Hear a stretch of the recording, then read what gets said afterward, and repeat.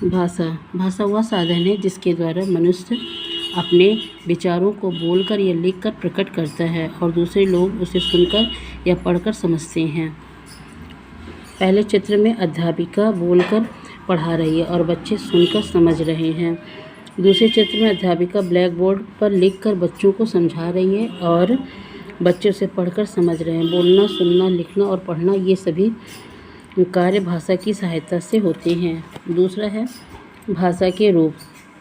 भाषा के दो रूप होते हैं, पहला लिखित और दूसरा मौखिक। पहला मौखिक, दूसरा है लिखित। मौखिक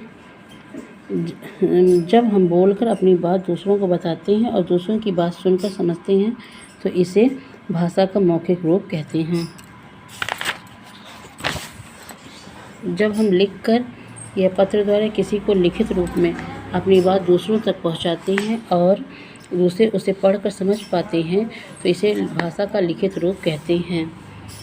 आपने देखा होगा कि कुछ व्यक्ति को सुन बोल नहीं सकते और छोटे बच्चे जिन्होंने अभी बोलना शुरू नहीं किया है, इशारों से अपनी बात बताते हैं और समझ पाते हैं कि यह भी एक प्रकार की भाषा ही है। इसे सांकेतिक भाषा कहते हैं।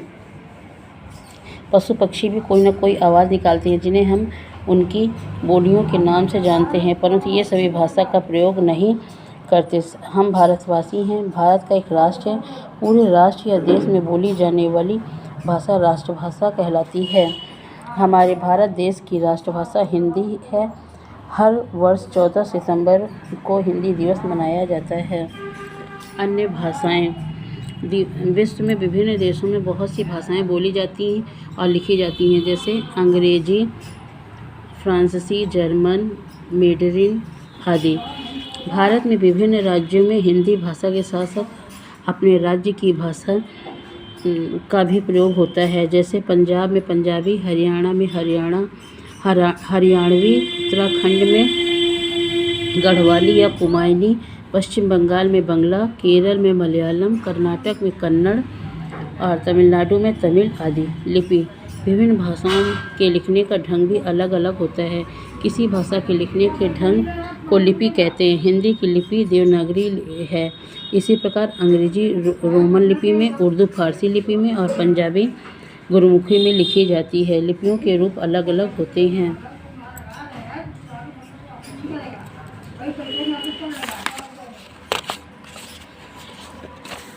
व्याकरण। हम हर भाषा के कुछ नियम होते हैं। इन नियमों की जानकारी हमें भाषा के व्याकरण से मिलती है।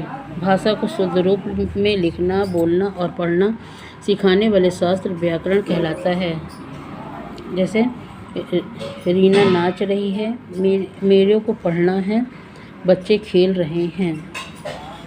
ऊपर दिए गए वाक्यों में रीना लड़की है अतः रहा है के स्थान पर रही है आएगा और दूसरे वाक्य में मेरे को के स्थान पर मुझे आएगा और तीसरे वाक्य में बच्चे बहुवचन में हैं अतः रहा है के स्थान पर रहे हैं आएगा। भारत में राजभाषा को मिलाकर 22 आधिकारिक भाषाएं हैं। असमिया, हिंदी, मलयालम, पंजाबी, बंगला, कन्नड़, मणिपुरी, संस्कृत, तेलुगु, बोडो, कश्मीरी, मराठी, संथाली, उर्दू, डोगरी, कोंकणी, नेपाली, सिंधी, गुजराती, मैथिली, उड़िया, तमिल आदि।